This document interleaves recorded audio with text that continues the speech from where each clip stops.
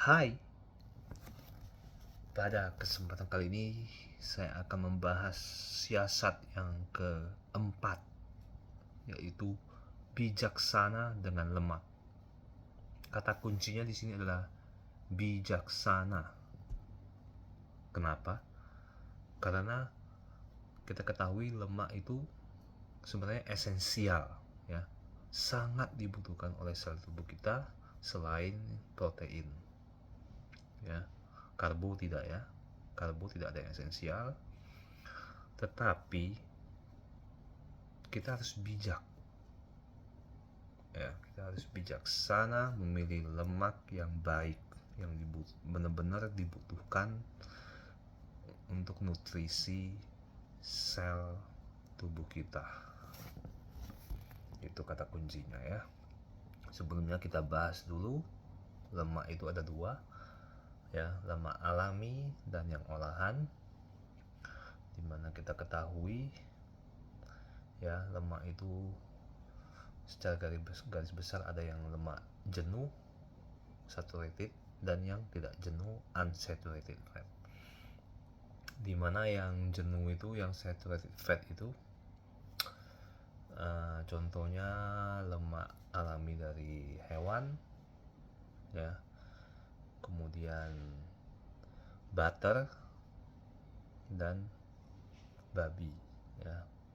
Kemudian yang unsaturated itu dibagi dua lagi, yang rantainya banyak disebut polyunsaturated fat, dan yang rantainya cuma tunggal yaitu mono unsaturated fat.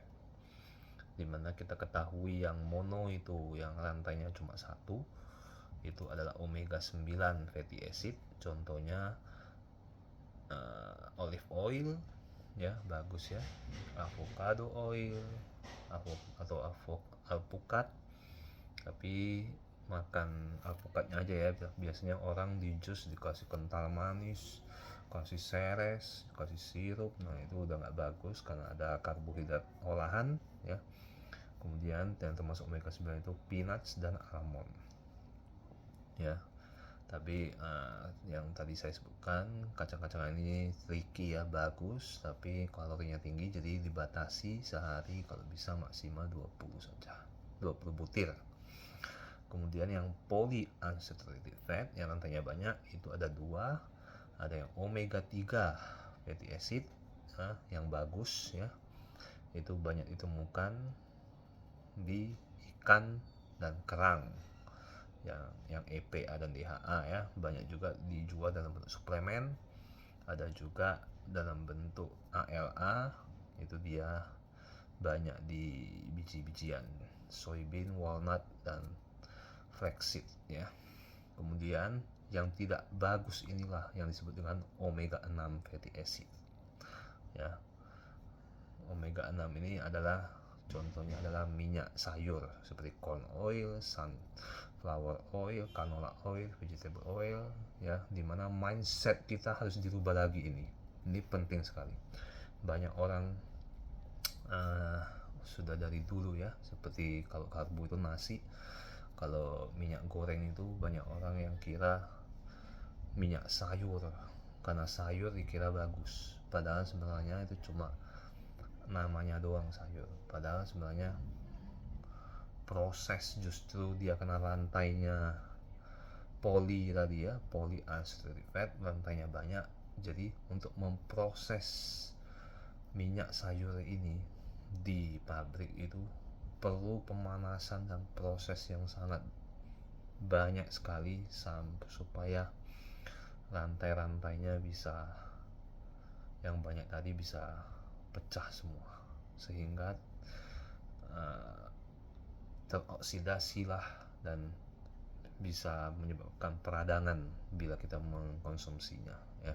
Jadi omega 6 ini sangat pro-inflamasi, pro-oksidan, ya. Jadi sangat berbahaya dan perlu dihindari, ya. Itu mindset yang harus kita rubah, ya. Jadi kita ketahui omega 6 ini karena dia pro-inflammatory. Contohnya itu paling banyak kalau di pasaran itu yang sering kita makan itu yang dari kecil ya, itu adalah mentega Blue Band ya. Jadi hati-hati sekali, Blue Band itu sangat tinggi omega 6 nya, peradangannya sangat tinggi. Terus juga minyak-minyak sayur yang lain ya, seperti sunflower oil, canola oil, vegetable oil, corn oil, saya tidak bisa sebut mereknya ya, itu. Nah, kenapa sangat berbahaya? Karena omega 6 ini dia 86% kontribusinya menyebabkan penyakit jantung. Jadi lebih tinggi dibandingkan penyebab-penyebab lain seperti gula maupun rokok.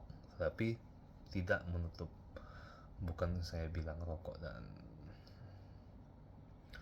gula baik, tapi omega 6 ini lebih berbahaya lagi. Kenapa? Karena kalau gula kita makan tidak berlebihan, itu bisa langsung kita, kalau aktivitas akan langsung diubah menjadi energi. Tapi kalau omega 6 ini dia mau kita aktivitas seberat apapun, dia tidak akan langsung diubah menjadi energi.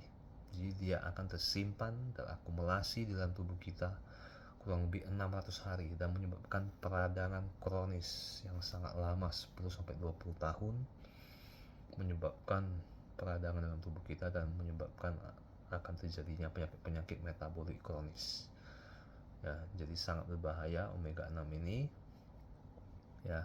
Bagaimana solusinya? Solusinya itu kita ganti ya, kita ganti omega 6 tadi dengan omega 9 atau dengan saturated fat.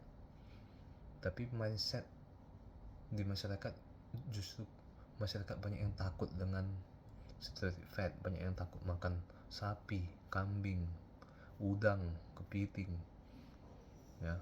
Padahal saturated fat itu tidak berbahaya ya. Yang menyebabkan penyakit selama ini adalah karbonya. Jadi orang kalau makan semangkuk sup kambing itu biasanya nambah nasinya malah 2-3 kali karena supnya enak. Padahal kambingnya sebenarnya tidak menyebabkan penyakit yang berbahaya karena dia bukan lemak yang jahat. Karena lemak yang jahat tadi adalah yang omega 6 tadi yang sering kita lupakan ya. Terus juga kita gantilah tadi ya, mentega margarin tadi dengan butter ya. Kita ganti dengan butter, contohnya banyak ya dijual, ghee juga ada ya, olahan dari minyak sapi itu bisa dibikin kemasan seperti ghee, itu juga bagus sekali. Jadi yang harus dihindari itu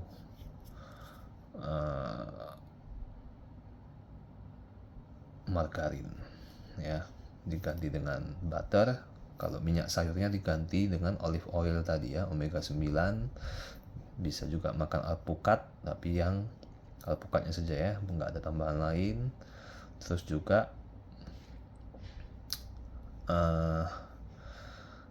bisa kita makan coconut oil, itu bagus sekali ya. Kalau bisa yang virgin coconut oil.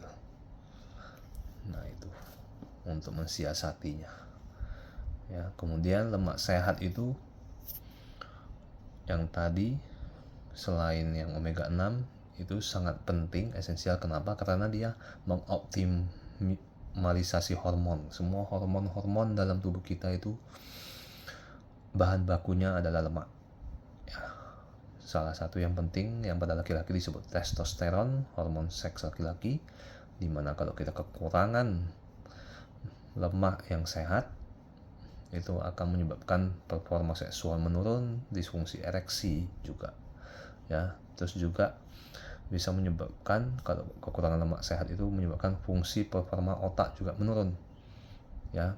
Jadi kita harus tahu kalau sebenarnya komposisi otak itu 60% adalah lemak ya. Jadi otak itu kalau mengalami kerusakan, yang dibutuhkan bukan gula, bukan karbo, Tapi untuk memperbaiki sel-sel otak kita itu kita butuh lemak sehat.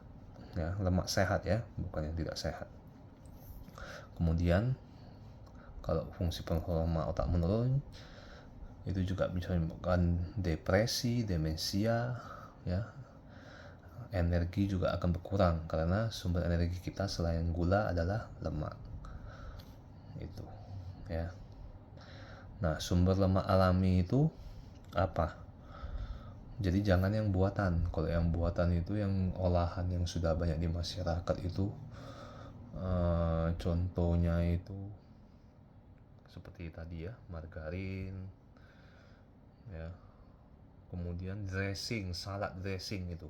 Jadi sering kita terkecoh. Kita makan udah capek-capek bikin salad, ya, beli sayurnya yang bagus, dikasih salad dressing. Sementara salad dressing itu dia menggunakan minyak sayur yang tadi omega 6 peradangan, tidak bagus untuk tubuh kita, ya. Jadi itu tricky sekali, harus kita perhatikan ya. Nah, sumber lemak alami itu bisa dapat dari ikan tadi ya, omega 3, bisa juga dari suplemen omega 3, banyak sekali ya, karena omega 3 ini anti peradangan, lawan yang omega 6 yang pro inflamasi. Kemudian kuning telur. Nah, ini juga mindset orang salah di masyarakat. Banyak yang takut makan kuning telur. Tadi ya, saturated fat, banyak yang takut makan kambing, sapi, padahal yang menyebabkan penyakit bukan itu. Padahal kambing, sapi, saturated fat, kuning telur itu adalah lemak sehat yang dibutuhkan tubuh kita. Jadi jangan takut, ya. Kemudian nuts, kacang bagus juga ya. Fat dari langsung dari hewannya yang alami ya, bukan yang olahan. Kemudian alpukat, minyak coconut oil dan olive oil, bukan yang minyak sayur ya. Dan dark coklat ya. Dark coklat ini juga sangat bagus, tapi harus yang minimal 70% lah ya, kalau bisa yang 80-90%. Jadi tips lemak ini kita yang pertama tidak perlu takut dengan lemak ya, karena lemak itu esensial, dibutuhkan untuk pembentukan hormon dalam tubuh kita sangat penting. Tapi kita harus bijak memilih lemak yang sehat tadi. Tips yang kedua adalah pilih lemak yang alami daripada yang olahan. Kemudian yang ketiga, sebagian besar konsumsi lemak berasal dari protein. Jadi kebanyakan kalau kita udah makan protein seperti ayam, sapi, atau daging merah, itu sebenarnya sudah banyak berkolaborasi, sudah banyak kandungan lemaknya juga. Kemudian yang keempat, hindari kolaborasi lemak olahan dan karbo olahan. Ini penting sekali ya. Jadi kalau kita makan lemak olahan ya, margarin, tambah lagi karbo olahan ya, gula-gula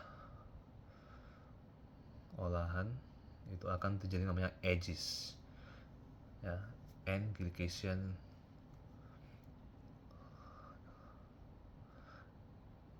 akan terjadi namanya AGEs ya. Jadi itu sangat berbahaya, menyebabkan lemak lengket dan menyebabkan sumbatan dalam pembuluh darah kita ya.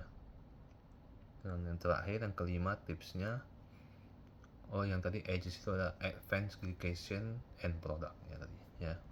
Jadi gabungan dari lemak yang olahan dengan gula menyebabkan terjadinya kerusakan dan timbullah lemak lengket dalam pembuluh darah ya. Kemudian yang kelima, tipsnya mengkonsumsi lemak yang tinggi mensyaratkan konsumsi karbohidrat yang rendah ya. Jadi kalau udah makan daging merah, sapi, kambing, itu karbohidratnya dikurangi ya, jangan kebanyakan. Oke, paling itu tentang siasat yang keempat, bijaksana dengan lemak. Mudah-mudahan mencerahkan semuanya. All is well and pay it forward.